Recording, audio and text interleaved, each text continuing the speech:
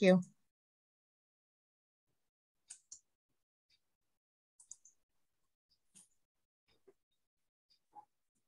Okay, so pretty much you look at this one here. They're just asking. So this is just the basic concept of what we've been covering on different type of filtering system. So which of the Butterworth curves has a slope of approximately minus 60 dB per decade? That would be the third order, which is this one here.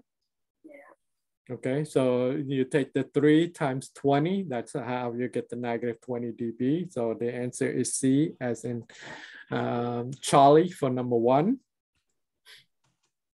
Number 2, the third order filter is also called a 3-pole filter. Okay, so the answer is D, as in David, for number 2.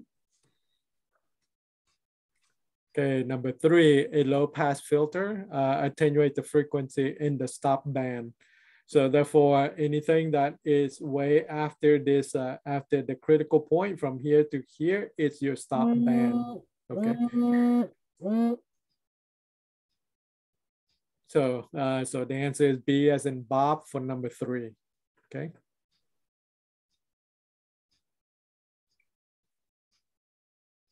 All right. In question number 1, 2, or 3.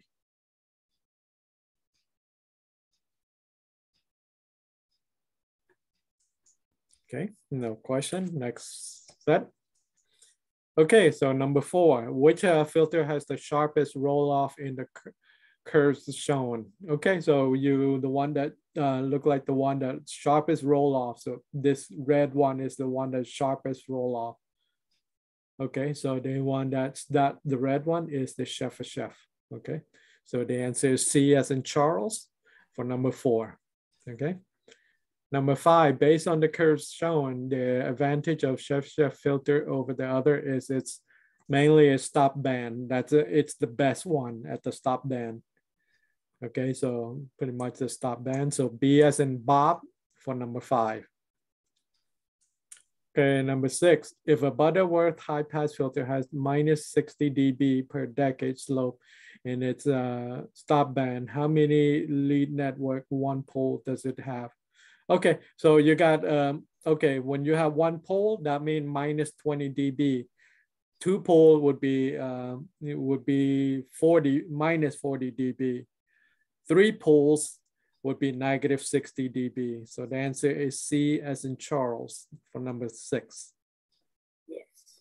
Okay, any question number 4, 5, or 6? No. Okay, next set. Okay, on the bandpass filter response curve, what does line A represent? Okay, so line A would be right here. It's represent the maximum voltage output. So V out, okay, at point A, it's right here. So that's maximum V out, or maximum output voltage, C, as in Charles.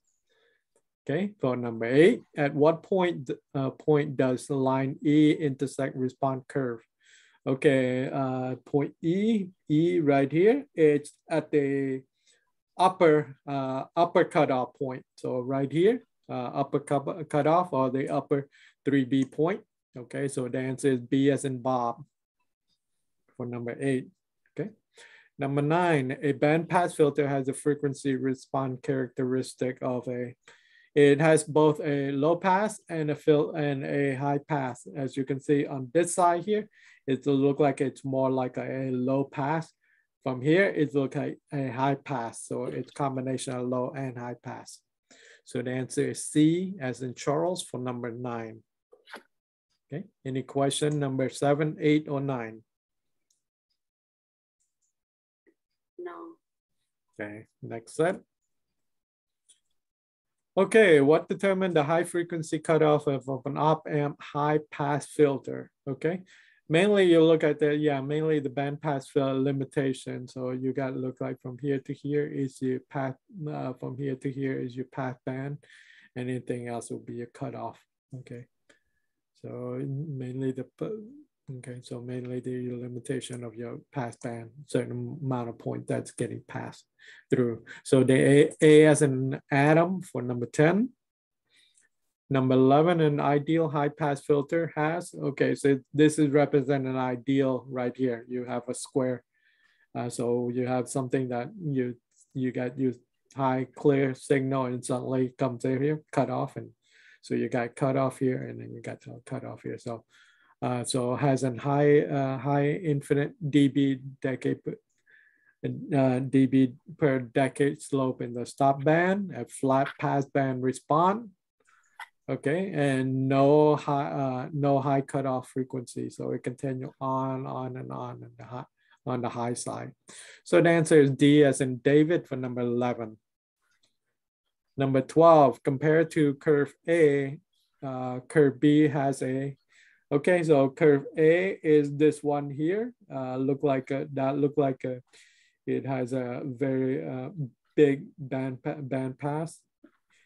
This one would be the low Q, and this one is a higher Q because it has a narrow band. So this one is going to be the FO divided by BW. So Q equals FO divided by your band pass. So therefore, so the answer is A as an apple for number 11, number 12.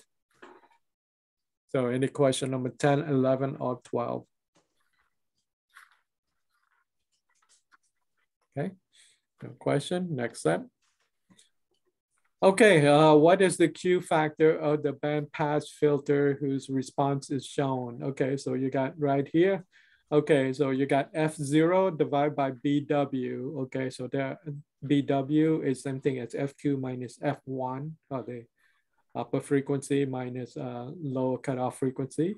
So 10 kilohertz divided by 11 kilohertz minus 9 kilohertz. So 10 kilohertz divided by 2 kilohertz, that will give you a Q of 5.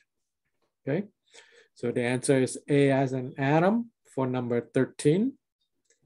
Number 14, if the same band pass filter has a 0.2 voltage peak to peak sine wave input with a gain of 6 at 10 kilohertz, what is the approximate output voltage at 11 kilohertz? Now, I don't really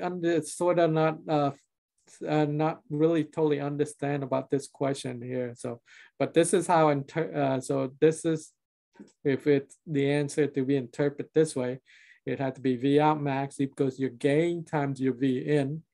So your gain is 6 times 0.2 V peak to peak. That is 1.2 V peak to peak. Okay. And V out at 11 kilohertz, so would you take the V out max times 0.707? So that's mean 1.2 times 0.707. That yields 0.8484 V voltage peak to peak. So the answer is C as in Charlie for number 14.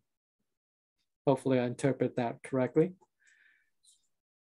Okay, number 15, what type of input voltage can this circuit convert to current? Okay, so yeah, so you can put in AC, it still can be able to convert out here. You can put in negative, and then you can still convert it. You still can have current. And DC, you can also positive DC, you can still also get current because the diode would be forward biased at a certain combination. So therefore, you're going to be always having current. So the answer is D as in David for number 15. Okay, any question number 13, 14, or 15?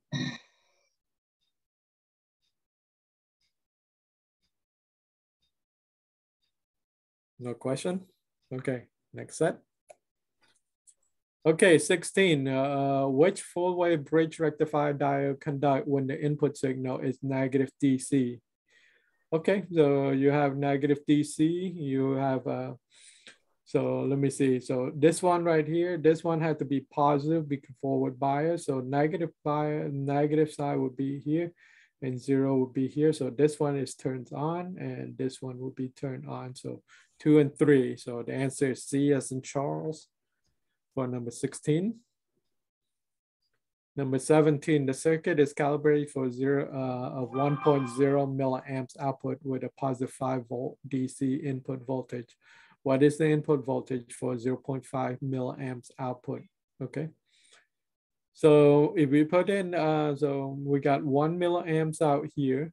Okay, so with a 5 volt input, 5 volt input. Okay, so now the current is dropped by half. So therefore we have this one should be cut in half. Okay, so it could be positive or negative voltage. You can put a negative here and you still get 0.5, or you can put a positive and you still get 0.5 milliamps output. So the answer is C, as in Charlie, for number 17. Okay, any questions, 16 or 17? And No, okay. Next set. Okay, so this one is the last one. Okay, so you pretty much, you're taking this one, okay, for the second input and output current indicate which type of voltage is this circuit calibrated for. So we're gonna be looking at this one here. We're gonna be converting mainly to, converting from peak into average, okay.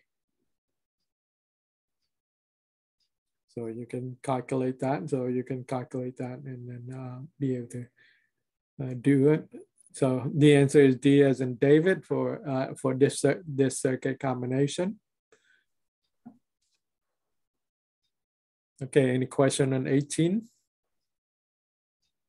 Maybe you just explain that one, Sam. I guess I was confused on that one.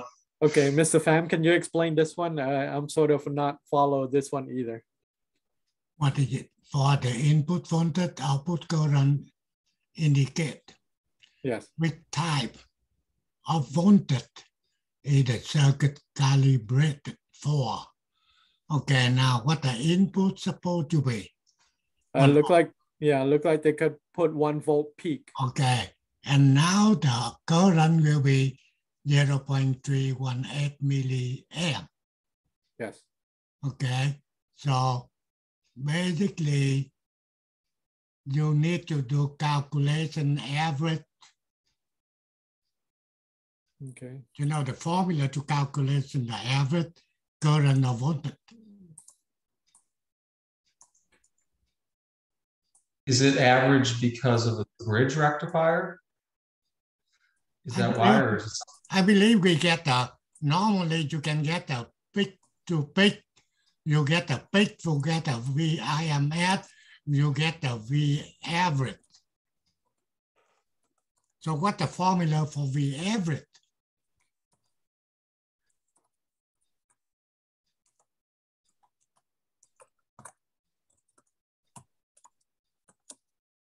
like, is it 636 or something like that, point times the peak?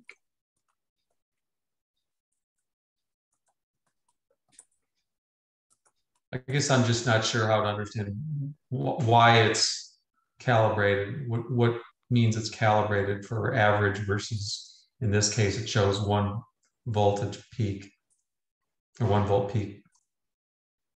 Basically, they're using the meter, they connected the like that one, and they set into the average.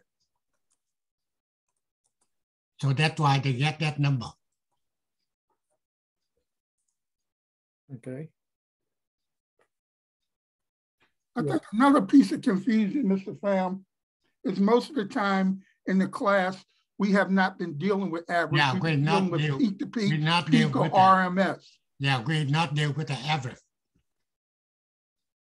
So that might be where people are confused at, because we really haven't went over using average that much. Since I've been with you, I never noticed you to use average. You always use RMS peak or peak to peak. Yeah. Peak, yeah, because you're using a peak in the input.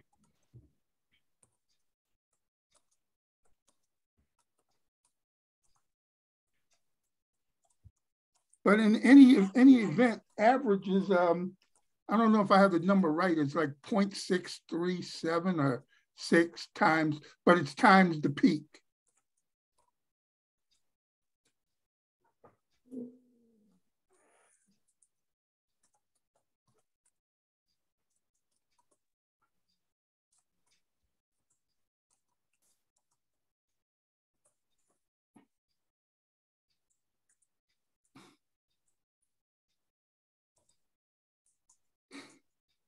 The thing is, this question in the left volt. So that's why I try to show it up for you guys. So when you do in the left volt, you do unit test. Then you're able to get the right answer. So it's actually, it's 0.636, you say? Yeah. They will, that's exactly the question in the, when you do the left volt. When you take the unit test. Yeah, I know what you're talking about. But the thing is, it is basically not a really question. We need to know much. The thing is, I'm said we not deal with the average. We deal with peak to peak of IMF. Okay. Okay, so in this case, you can give everybody credit for this one, right? Yeah. Sam, just give the credit for them. Too late. Like It's the end that, of the huh, semester Sam? now. Hey, Sam, you like you. that one, huh? It's Yeah. the end of Okay, semester. sorry. Sorry, but the thing I want to help you guys when you do working on the left volt. Unit test, they don't telling you right or wrong. Yep. They just giving you the code and the credit. Sam liked the way I negotiated that 50-50 and got everybody credit for this. Yeah, I missed that too. Okay, so that's how we come back and do 0.318 here. If you, like Mrs. Pham said, if you do the average, okay.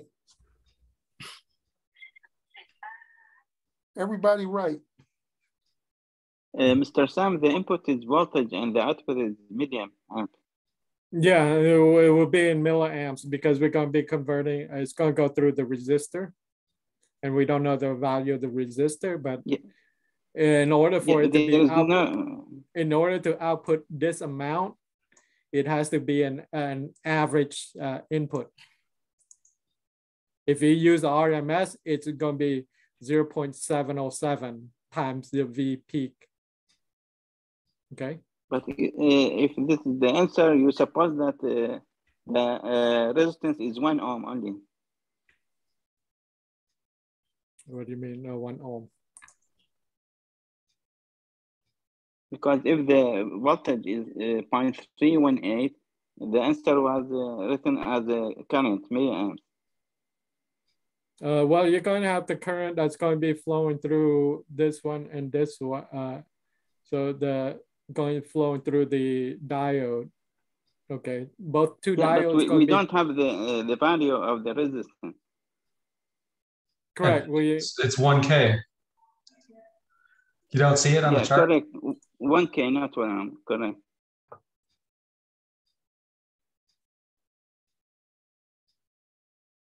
Yeah, just listen. R1, R2, R1, R2, and R3, and the input is 1 volt peak, and then the output is 0.318 milliamps. So in order to, if you do the calculation, in order to divide by 2, because you need 2 diodes to turn on, so divided by 2, that will give you the 0.318.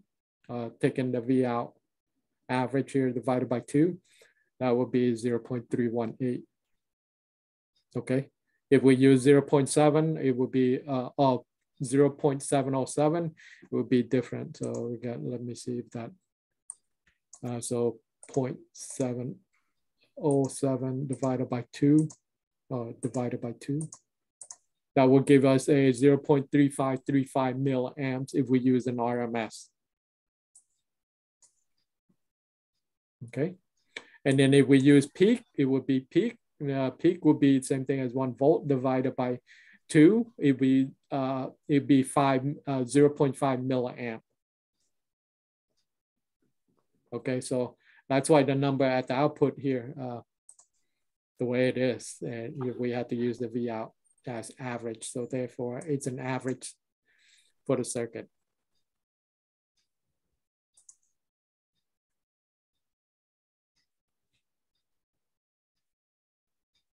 Okay.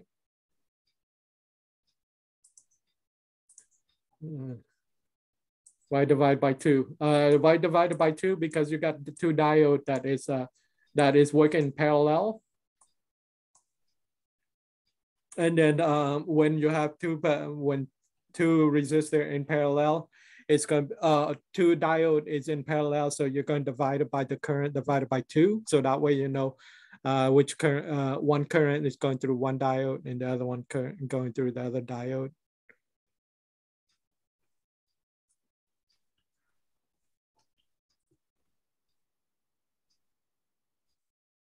Okay, so that's the only way that I can arrive at 0.318.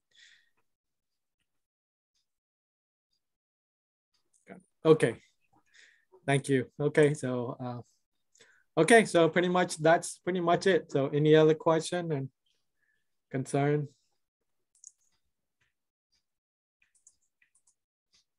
Okay, thank you, Mr. Pham. Look like everybody's good. Okay, So everybody go home. yeah, see you. Good night, everyone. Good night. Okay, go Good from night. one room to the next room. You'll be Thank home. you. You're welcome. Good night. Good night.